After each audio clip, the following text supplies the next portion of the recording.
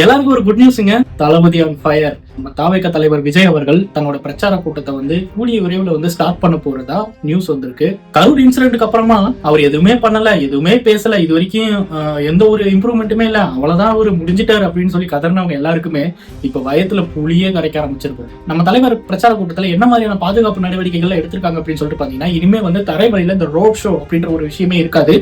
Helicopter மூலியமா எந்த இடத்துல பிரச்சாரம் நடக்குதோ அந்த இடத்துல ஹெலிபேட் அமைச்சு அந்த இடத்துல தான் டைரக்டா தளபதி இறங்க போறதா சொல்லியிருக்காங்க. பெங்களூர்ல ஒரு கம்பெனி கிட்ட இருந்து ஒரு 4 ஹெலிகாப்டர் அக்ரிமெண்ட் மூலமா 1 இயருக்கு அவங்க வாங்கியிருக்காங்க.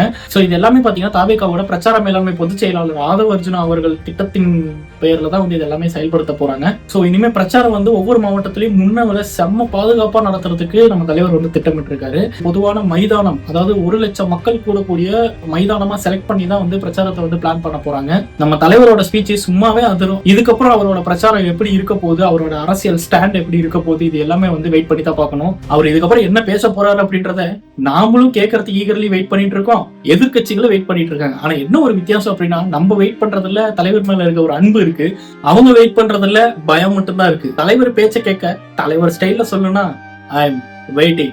பிரச்சார பிளானிங் பத்தினா அபிஷியல் நியூஸ் கட்சி தரப்புல இருந்து இந்த வாரத்துல வெளியே வரும் அப்படின்னு சொல்லியிருக்காங்க. நீங்க யாரெல்லாம் தளபதி விஜய் அவர்களோட பிரச்சார பேச்சை கேட்கறதுக்கும் அவர் என்னெல்லாம் பேச போறாரு அப்படின்றத பத்தி உங்களுக்கு ஏதாவது ஐடியா இருந்துச்சு அப்படின்னா கீழே கமெண்ட் பாக்ஸ்ல கமெண்ட் பண்ணுங்க.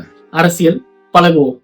காற்று, மழை, வெயில், இயற்கையை யாரால் கட்டுப்படுத்த முடியும், யாரால் தடுக்க முடியும்? இவையெல்லாம் கடவுளால் உருவாக்கப்பட்டவை. அப்படிதான் எம் மக்களுக்கான அரசியலையும் யாராலும் தடுக்க முடியாது.